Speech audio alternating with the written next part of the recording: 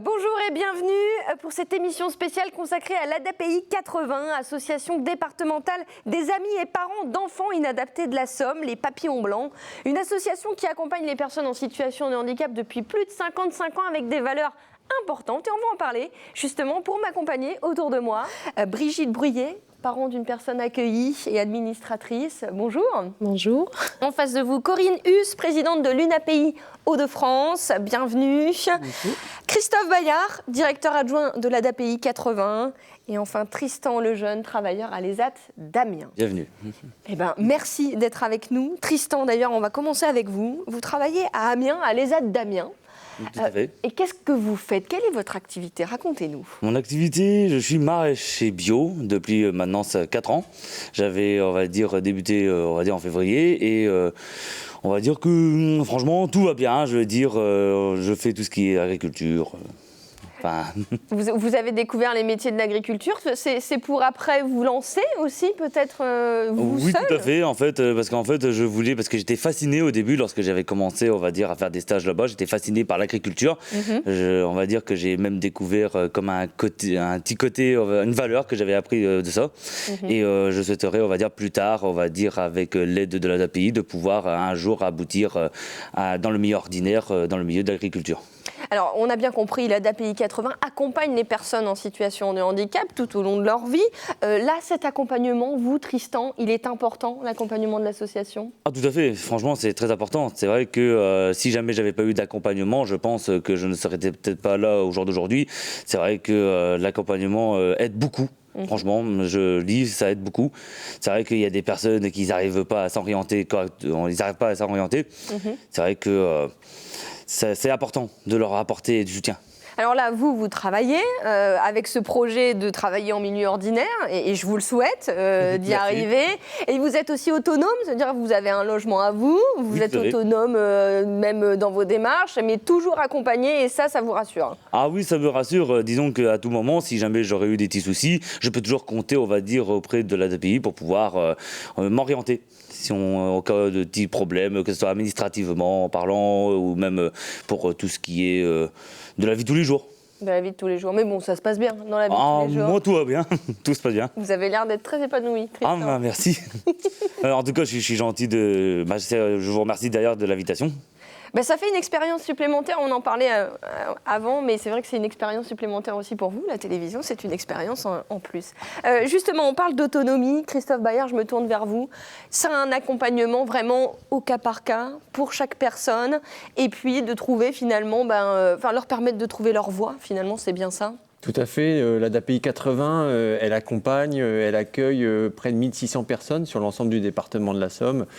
Et notre objectif, notre mission, c'est vraiment que chaque personne ait un parcours et des moyens mis à disposition, individualisés, personnalisés, en fonction de ses besoins, ses attentes.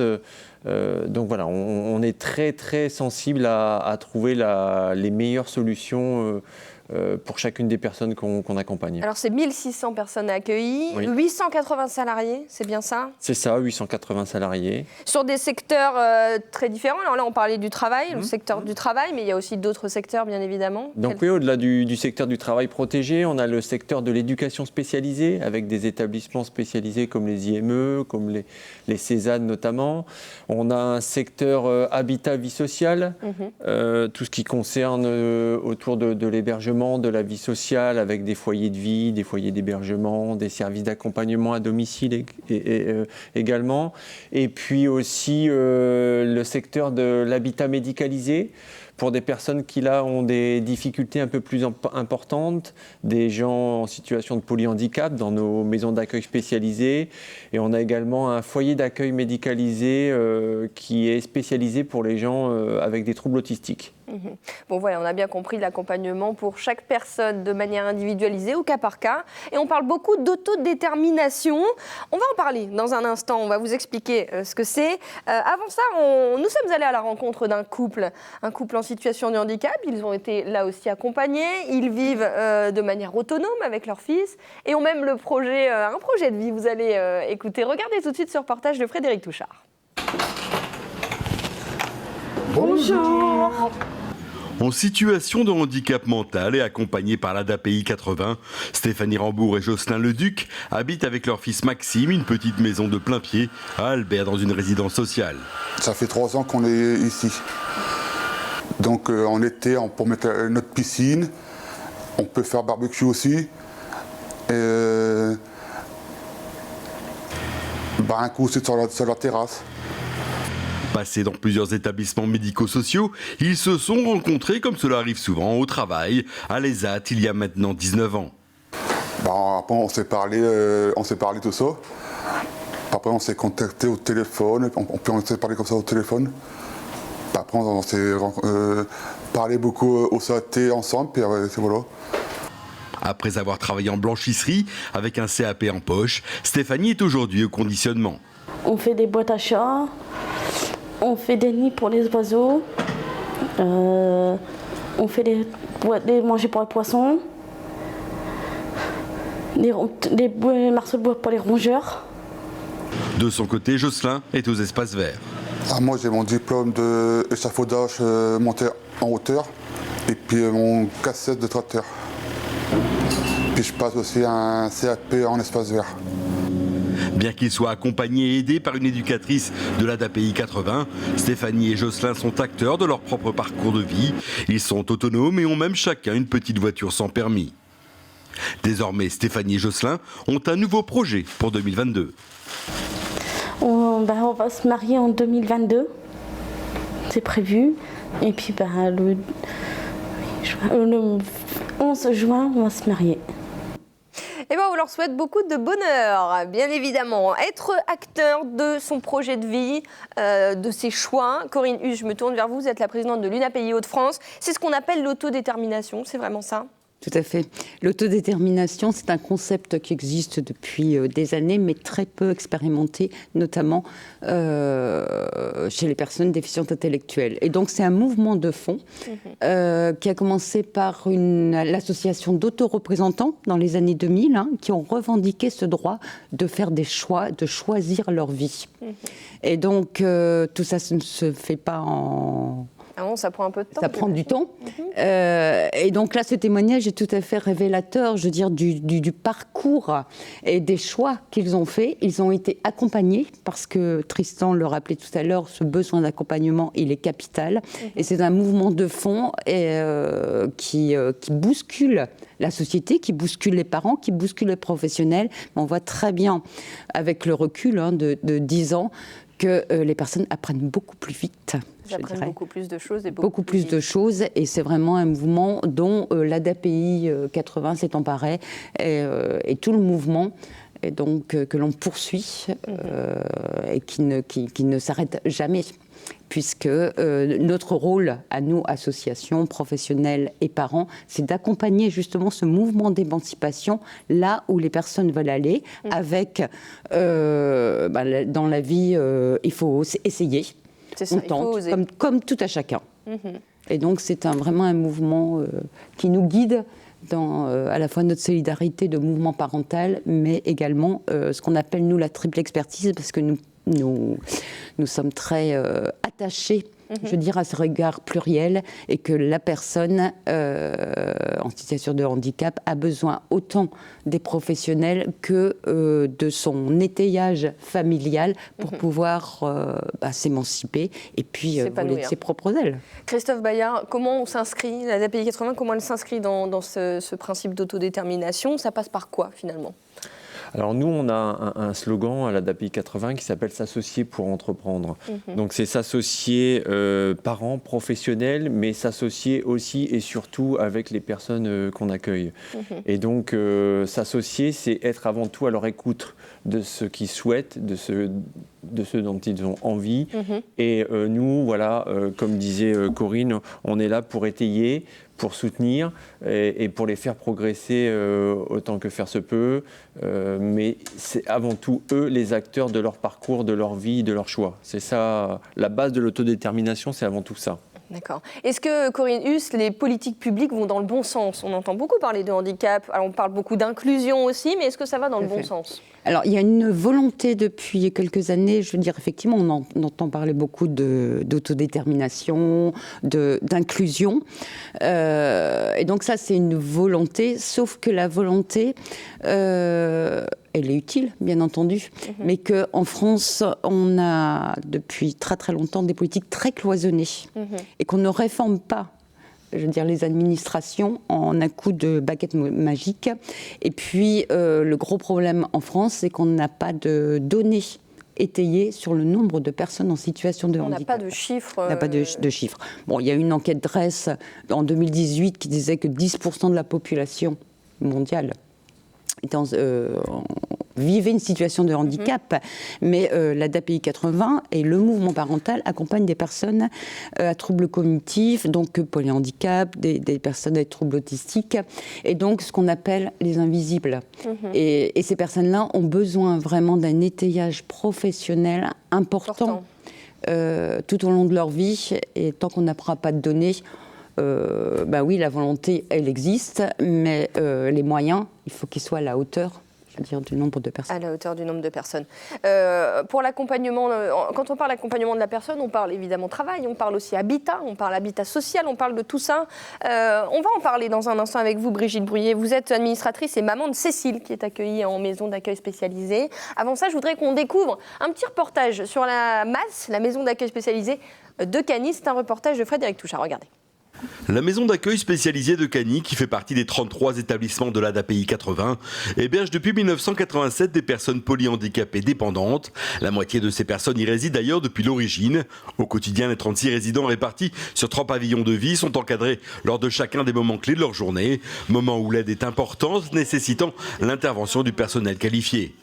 Par pavillon de vie pour 12 personnes, le minimum le matin, pour pratiquer dans des bonnes conditions de qualité et dans le temps imparti nécessaire aux personnes polyhandicapées, il faut au moins 3 personnes le matin.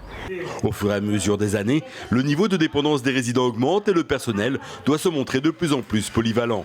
Quelle que soit la qualification qu'on fait, dans le quotidien, en fait, on accompagne tous les personnes de la même façon. Donc on les accompagne lors des moments de quotidien, donc l'accompagnement à la toilette, au temps de repas. Et puis il y a des temps d'animation aussi, d'animation quotidienne. Là par exemple ce soir on va préparer un repas. Hors période sanitaire, la MAS de Cagny organise régulièrement des sorties, que cela soit au cinéma, au théâtre ou faire des courses, mais des activités ont également lieu sur place au quotidien. On propose aussi un certain nombre d'activités qui va de la snozélène, qui est une activité qui est tournée vers la proposition de multisensoriel, de la gym douce, par le biais d'un coach sportif qui intervient tous les mardis après-midi. La crise sanitaire est bien évidemment passée par là. Des moyens ont été alloués au personnel médical, ce qui n'est pas le cas pour les maisons d'accueil spécialisées.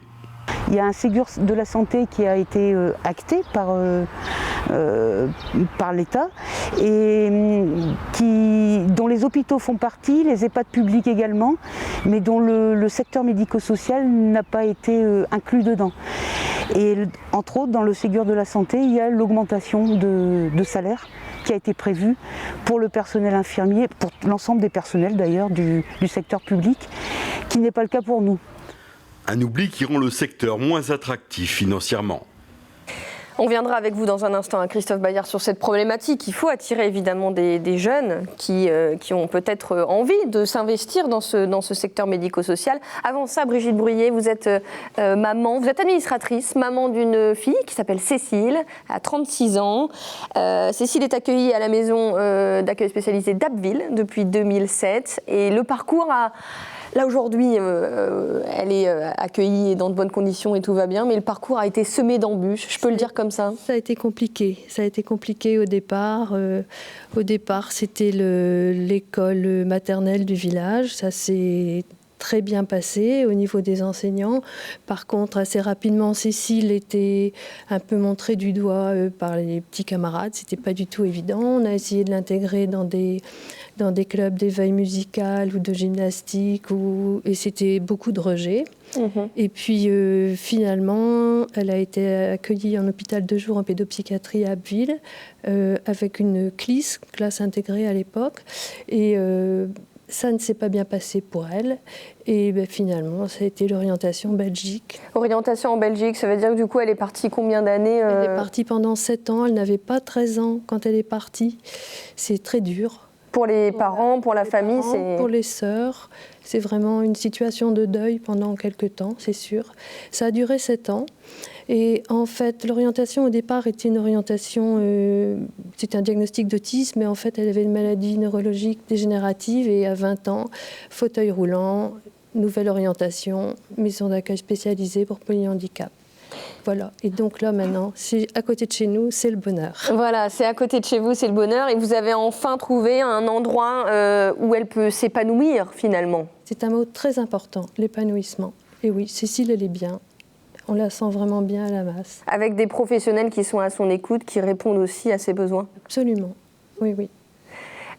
En quoi cette association, en quoi l'ADAPI 80 a été utile pour vous? Alors on comprend déjà votre désarroi pendant tout ce parcours, ça a dû être difficile. En quoi faire partie de cette association qui est vraiment une association de parents, donc c'est vraiment une spécificité, en quoi c'est extrêmement important? C'est une association de parents, donc c'est vraiment un lieu d'écoute, de partage. Et forcément, on n'arrive pas dans une association quand on est jeune parent parce que d'abord, il faut intégrer le problème du handicap, on pense que c'est pas pour nous, etc. Et c'est pouvoir... on a parlé de solidarité tout à l'heure, mais c'est vraiment être unis et pour être plus fort à plusieurs et pas se sentir seul. Et je pense que c'est, quel que soit un handicap, je pense que c'est nécessaire d'appartenir à une association pour pouvoir avoir des projets, pour s'écouter et trouver des moments de partager autour des situations qu'on rencontre. Des solutions, être aidé, c'est... Ne pas être seul. C'est vraiment le gros problème du handicap, c'est se sentir isolé au départ. Christophe Bayard, peut-être une réaction, c'est extrêmement important. C'est-à-dire que les parents, au départ, ils sont complètement démunis. L'association est là aussi pour les accompagner et puis les éclairer peut-être aussi, parce que je pense que du coup, on ne sait pas au départ comment faire. Tout à fait. L'association gère 35 établissements et services, mais elle est surtout et avant tout là pour accompagner les personnes accueillies, les familles, les aider, les guider. Comme Brigitte disait, c'est le parcours du combattant quand on arrive, quand on a un enfant en situation de handicap. Donc l'association est là à l'écoute et guide aussi ces jeunes parents. Et tous ces parents aussi qui malheureusement n'ont pas de place pour leur enfant. Il y en a encore beaucoup, énormément. Ça, c'est une problématique qui est importante. Très importante. Pas assez de place pour accueillir du coup toutes ces personnes. Tout à fait. Comment on y travaille à ça ? On travaille avec nos décideurs, avec nos financeurs, avec nos politiques. Avec l'UNAPI qui a son rôle de lobby aussi auprès des politiques, bien sûr. Voilà, au niveau national, au niveau du ministère. On revendique, on milite et on défend que chaque personne puisse avoir une place et une place adaptée à ses besoins. Ça veut dire que là aussi, on impose. Vous me dites, on va parler d'inclusion scolaire dans un moment, mais ça veut dire que c'est important de pas mettre en opposition l'inclusion dont on parle beaucoup et l'institution que vous représentez, tous ces établissements qui accueillent ces personnes. C'est-à-dire que tout ça est une complémentarité finalement. Complètement. L'inclusion, déjà, on en fait depuis très longtemps. Juste un exemple, on a une classe dans une école d'Amiens, une classe d'enfants en situation de handicap dans une école ordinaire depuis 1983. Donc ça remonte, en effet. On n'a pas attendu. On en met un mot maintenant sur la thématique, mais ça fait longtemps que vous en faites de l'inclusion. Tout à fait. Et l'inclusion, évidemment, le mouvement de l'ADAPI, de l'UNAPI est favorable, mais il ne faut pas l'opposer à nos institutions qui ont toute leur place dans ces dispositifs, dans ces propositions qu'on peut offrir aux accueillis et à leurs familles. L'un complète l'autre. L'un complète l'autre. On parlait justement d'inclusion scolaire. Il y a un dispositif aussi qui a été mis en place sur Abbeville, une école qui accueille des enfants notamment de l'IME d'Abbeville. Je vous propose tout de suite de regarder ce reportage. L'IME d'Abbeville accueille 99 enfants, adolescents et jeunes adultes de 6 à 20 ans qui présentent une déficience intellectuelle. Des enfants autistes sont également présents.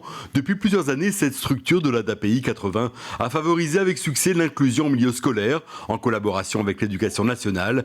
C'est ainsi que des classes délocalisées ont été mises en place au collège mais également au lycée. On travaille surtout, on fait anglais, mathématiques, grammaire et tout ça. Après, en dehors de la classe, je fais de l'espace vert, je faisais un peu de cuisine avant. Et puis j'ai fait des stages en cuisine à l'IME. L'ADAPI 80, à travers l'IME d'Abbeville, a remporté un appel à projet et verra à la rentrée de septembre l'ouverture d'une unité d'enseignement maternel pour enfants avec autisme en collaboration avec l'école Touison Manchécourt. Donc c'est une école maternelle qui va accueillir donc 7 enfants. Autistes de 3 à 6 ans, donc qui seront encadrés par une enseignante de l'Éducation nationale qui sera détachée pour cette classe-là, et des professionnels en fait de l'IME, c'est ça des horizons, pour accompagner ces jeunes-là, donc personnel éducatif, mais aussi personnel paramédical, donc orthophoniste, psychomotricienne, ergothérapeute, psychologue, qui permettront d'accompagner au mieux et de répondre aux besoins des enfants. L'objectif, c'est de développer l'inclusion dans les classes de maternelle. Ça sera un test sur la Picardie maritime. Voilà, un projet innovant, évidemment, l'innovation au cœur de l'action de l'ADAPI 80. Tristan, comment ça s'est passé pour vous, la scolarité où est-ce que vous êtes allé, où est-ce que vous avez été accueilli? En fait, j'ai d'abord été, on va dire, dans une école, on va dire, maternelle, genre le CP au début. Sauf que, on va dire, à cause de mon hyperactivité et le fait qu'on pensait que j'étais autiste, du coup, j'étais placé à l'hôpital de jour de Péronne, dans lequel je suis resté pendant un bon petit paquet d'années. Enfin, un paquet d'années, je dirais, quelques temps. Oui. Après, j'ai été, on va dire, à l'IME de Lucheux, qui est de l'association du PEP 80. D'accord. Je suis resté pendant un petit temps, pareil, là-bas, en internat. J'étais en internat, sachant que ça n'existe plus maintenant parce que l'IME a fermé. C'est l'ADAPI ensuite qui m'a pris en charge dans l'établissement de Corbie. L'IM Pro de Corbie. Oui, tout à fait, l'IM Pro. J'étais, on va dire, à Corbie pendant un petit temps. C'est là où j'avais commencé à apprendre le milieu professionnel, de ce qu'ils ont mis en place, des ateliers, tous très diversifiés. C'est là où j'ai commencé, on va dire, à apprendre des valeurs, on va dire, du milieu du travail. Ils ont été là également pour m'aider, on va dire, à m'accompagner dans mes projets de stage également. Et ça vous a permis aujourd'hui d'être travailleur, d'être autonome dans votre logement et puis de vous épanouir socialement aussi. Christophe Bayard, c'est vraiment, là on le sent bien, vous êtes vraiment dans l'innovation. C'est important aujourd'hui de s'inscrire vraiment dans ces nouveaux projets. On voyait l'inclusion scolaire, etc. C'est très important. Tout à fait, que ça soit dans le milieu du travail protégé, l'habitat, l'éducation spécialisée. L'ADAPI veut toujours être force de proposition. Des difficultés, voilà, on en a, des manques de place, l'attractivité de notre secteur, mais on veut toujours être force de proposition, de présenter à nos financeurs, au conseil départemental notamment de la Somme, à l'ARS, des nouvelles idées. Donc voilà, des idées on n'en manque pas, des projets on n'en manque pas. Comment peut-on vous aider? Parce qu'évidemment, ça marche déjà parce qu'il y a des bénévoles, et il y en a beaucoup, mais aussi parce qu'il y a des dons, évidemment. Comment on peut vous aider? Oui, tout à fait. Donc, on a besoin de dons, de legs. Donc, on peut nous contacter par l'intermédiaire de notre site où il y aura tous les renseignements. Et on a besoin aussi d'énergie, on a besoin de temps. Donc, s'il y a des personnes qui ont du temps à consacrer, voilà, c'est pas forcément énormément. Et je pense en particulier à l'opération Brioche qui aura lieu en octobre prochain. Voilà, c'est un moment donné où on met le focus sur le mouvement parental. Donc, si des gens sont disponibles pour nous donner un coup de main, on en sera très heureux. L'appel est lancé. Toutes les informations, vous les retrouvez sur adapi80.org et sur la page Facebook de l'ADAPI 80. Merci à vous 4 d'avoir été avec nous. Et puis rendez-vous pour l'opération Brioche du 11 au 17 octobre 2021. Merci. Merci.